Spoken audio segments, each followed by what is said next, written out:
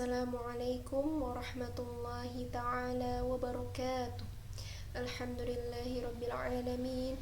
Wabihi nasta'in wa ala umuri dunya wa din. Wassalatu wassalamu ala ashrafil anbiya'i wal mursalin Sayyidina wa maulana Muhammadin wa ala alihi wa sahbihi ajma'in, amma ba'du. Bismillahirrahmanirrahim. Qala al-musannifu rahimahullahu ta'ala ونفعنا به وبعلومه وأمدنا بأسراره وأعادنا من بركته في الدارين آمين. الفاتحة.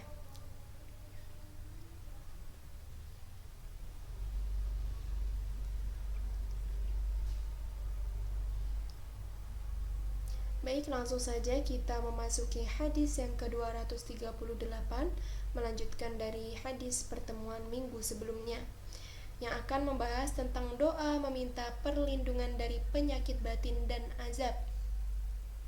Bismillahirrahmanirrahim. Allahumma ya Allah, inni a'udzubika minal ajzi wal kasali. Sesungguhnya aku berlindung kepadamu dari lemah, malas, wal jubni dan pengecut, wal bukhli dan kikir, wal harami dan pikun, wa a'udzubika dan aku berlindung kepadamu min adzabil qabri dari azab kubur, wa a'udzubika dan dari azab min adzabin nari dari azab neraka, wa a'udzubika min fitnatil mahya wal mamat, serta aku berlindung kepadamu dari fitnah kehidupan dan kematian. Rawahul Bukhari wa Muslim, riwayat Bukhari dan Muslim. Di dalam hadis ini, Nabi SAW memohon perlindungan kepada Allah dari azab kubur. Hal ini merupakan bukti yang menyatakan bahwa siksa kubur itu ada pada mulanya. Sewaktu anak Adam dikuburkan, bumi menjepitnya sehingga tulang-tulang rusuknya berantakan. Tiada seorang pun yang selamat dari jepitan kubur ini kecuali orang-orang yang diselamatkan oleh Allah Subhanahu wa Ta'ala. Sehingga di dalam hadis lain disebutkan bahwa Nabi SAW pernah bersabda, seandainya ada seseorang selamat dari jepitan kubur, niscaya Sa'ad akan selamat darinya. Dikatakan demikian kenapa? Karena manusia itu berasal dari tanah. Ketika ia kembali ke tanah, maka tanah memeluknya sebagaimana halnya seorang ibu memeluk anaknya yang telah lama tidak berjumpa dengannya. Yang dimaksud dengan fitnah kehidupan dan fitnah kematian adalah cobaan sewaktu hidup dan cobaan sewaktu mati berupa pertanyaan malaikat mungkar dan nakir. Cobaan tersebut dimaksudkan untuk menguji keimanan seseorang. Semoga Allah Subhanahu wa Ta'ala menyelamatkan kita dari cobaan hidup dan cobaan sesudah mati. Amin amin ya rabbal alamin. Selanjutnya hadis yang ke-239 membahas tentang memohon kebaikan di dunia dan di akhirat. Allahumma ya Allah, Rabbana, Rabb kami, atina fid dunya hasanatan. Berikanlah kepada kami kebaikan di dunia. Wa fil akhirati hasanatan, dan kebaikan di akhirat. Wa qina adzaban nari, serta peliharalah diri kami dari azab neraka. Rawahul Bukhari, riwayat Imam Bukhari. Doa ini merupakan doa ini merupakan sayyidud doa, yang artinya adalah penghulu semua doa. Dikatakan demikian karena semua doa pada intinya ditujukan untuk memohon keselamatan di dunia dan di akhirat serta dihindarkan dari siksaan neraka atau azab neraka. Dalam doa ini semua hal yang dimaksud disebutkan secara ijmal atau secara global. Hadis yang ke-240 mengenai kehidupan yang sesungguhnya. Allahumma ya Allah, la aisha illa aishul akhirah.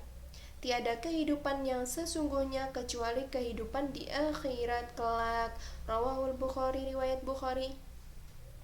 Jadi hadis ini merupakan Sadrul Bait atau bagian pertama dari suatu bait yang diucapkan oleh Nabi SAW sewaktu beliau sedang menggali.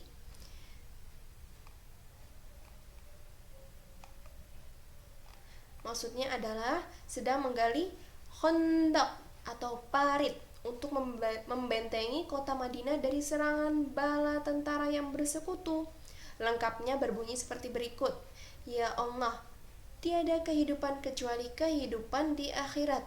Maka tolonglah kaum Ansor dan kaum Muhajirin. Hadis yang ke-241 membahas tentang doa memohon ampunan. Allahumma ya Allah, ighfirli, ampunilah khati'ati, kesalahanku, wa jahli, dan kebodohanku, wa israfi, dan sikapku, fi amri wa ma anta a'lamu bihi minni, yang berlebih-lebihan dalam urusanku, dalam hal-hal yang engkau lebih mengetahui dariku. Allahumma ya Allah, ighfirli, ampunilah ma qaddamtu wa ma akhartu, dosa-dosaku yang terdahulu dan dosa-dosaku yang kemudian, wa ma asrartu wa ma a'lantu, serta dosa-dosaku yang aku sembunyikan dan yang aku tampakkan. Antal muqaddim, engkaulah yang mendahulukan, wa antal muakhir, dan yang mengakhirkan, wa anta ala kulli syai'in qadir, dan engkau maha kuasa atas segala sesuatu. Rawahul Bukhari, riwayat Bukhari. Lafadz khati'ati artinya adalah kesalahanku atas dosaku. Jahli artinya kebodohanku. Al-israf artinya berlebih-lebihan. Perlu diketahui bahwa Nabi Muhammad SAW mengucapkan doa ini tujuannya yaitu untuk memberikan pelajaran kepada umatnya bagaimana berdoa kepada Allah Subhanahu wa Ta'ala. Sudah kita maklumi bahwa hal-hal tersebut mustahil terjadi pada diri Nabi SAW karena beliau adalah seorang nabi yang dimaksum dari semua kekeliruan, kebodohan, dan sikap yang berlebih-lebihan. Selanjutnya hadis yang ke-242 mengenai berdoa dengan rendah hati. Allahumma innaka tasma'u kalami wa tara makani wa ta'lamu sirri wa alaniyati la yakhfa alayka syai'un min amri wa anal ba'isul faqirul mustaghithul mustajirul wajil al mushfiqul muqirrul mu'tarif bidambihi. Ya Allah, sesungguhnya Engkau mendengar ucapanku dan melihat tempatku, Engkau mengetahui batinku dan lahiriahku, tiada sesuatu pun dari urusanku yang samar bagimu. Aku orang yang melarat, miskin, meminta pertolongan, meminta perlindungan, malu, mohon belas kasihan, dan orang yang mengakui serta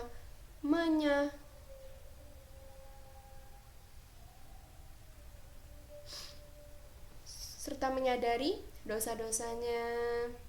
Selanjutnya, as'aluka mas'alatal miskini wa abtahilu ilaika batihalal mudnibidz dzalil wa ad'uka du'aal khaif al-mutarri man khud'at laka raqabatuhu wa fadat laka amratuhu wa dalla laka jismuhu wa raghima laka anfu. Aku memohon kepadamu seperti layaknya orang miskin memohon. Aku beribtihal kepadamu seperti layaknya orang yang berdosa lagi hina melakukan ibtihal.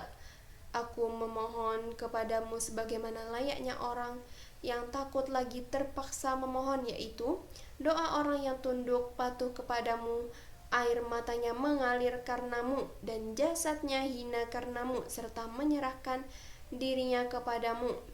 Allahumma ya Allah, la taj'alni bidu'aika syaqiyan, janganlah engkau jadikan diriku orang yang kecewa dalam berdoa kepadamu.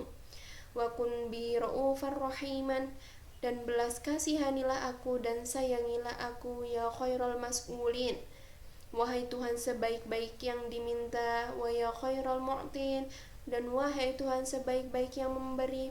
Rawahu Tabrani an Ibnu Abbas, riwayat Tabrani melalui Ibnu Abbas radhiyallahu anhu. Lafaz ibtihal pada hadis tadi artinya adalah berdoa dengan penuh kerendahan hati, sedangkan lafaz la taj'alni bidu'aika syaqiyan artinya janganlah engkau menjadikan diriku kecewa dalam berdoa kepadamu. Makna yang dimaksud adalah janganlah engkau menolak permintaanku. Selanjutnya hadis yang ke-243 mengenai doa memohon kemaslahatan hidup. Allahumma aslih dzata bainina wa alif baina qulubina wahdina subulas salami wa najjina minadh dhulumati ilan nur. Ya Allah, perbaikilah urusan kami, rukunkanlah hati kami, tunjukilah kami ke jalan-jalan keselamatan dan selamatkanlah kami dari kegelapan menuju kepada cahaya. Wajannibnal fawahisya ma dhahara minha wa ma batan. Dan jauhkanlah kami dari perbuatan fahisyah, baik yang tampak maupun yang tidak tampak. Allahumma barik lana fi asma'ina, ya Allah berkahilah pendengaran kami, wa absarina wa qulubina, dan penglihatan kami, kalbu kami, wa azwajina, dan istri-istri kami, wa dzurriyyatina, dan anak cucu kami, wa tub alaina innaka antat tawwabur rahim, serta ampunilah kami, sesungguhnya Engkau Maha Penerima taubat atau pengampunan lagi Maha Penyayang. Waj'alna syakirin li ni'matika muthnina biha qabilina laha wa atimmaha alaina. Dan jadikanlah kami orang-orang yang mensyukuri dan menyanjung nikmat-Mu lagi menerimanya, dan sempurnakanlah nikmat-Mu untuk kami. Rawahul Hakim an Ibnu Mas'ud, riwayat Hakim melalui Ibnu Mas'ud radhiyallahu anhu. Lafaz al-fawahish bentuk jamak dari fahisyah yang artinya perbuatan yang keji. Makna yang dimaksud adalah dosa-dosa besar seperti zina, meminum khamar, riba, dan lain sebagainya. Baik, kita cukupkan ngaji kitab Mukhtarul Ahadits An-Nabawiyah pada hari ini. Mari kita bersama-sama membaca doa kafaratul majlis terlebih dahulu. Bismillahirrahmanirrahim. Subhanakallahumma wa bihamdika asyhadu an la ilaha illa anta astaghfiruka wa atubu ilaik. Aqulu qawli syukran jazilan ala ihtimamikum, arju minkum ma'assalamah, wassalamu alaikum warahmatullahi ta'ala wabarakatuh.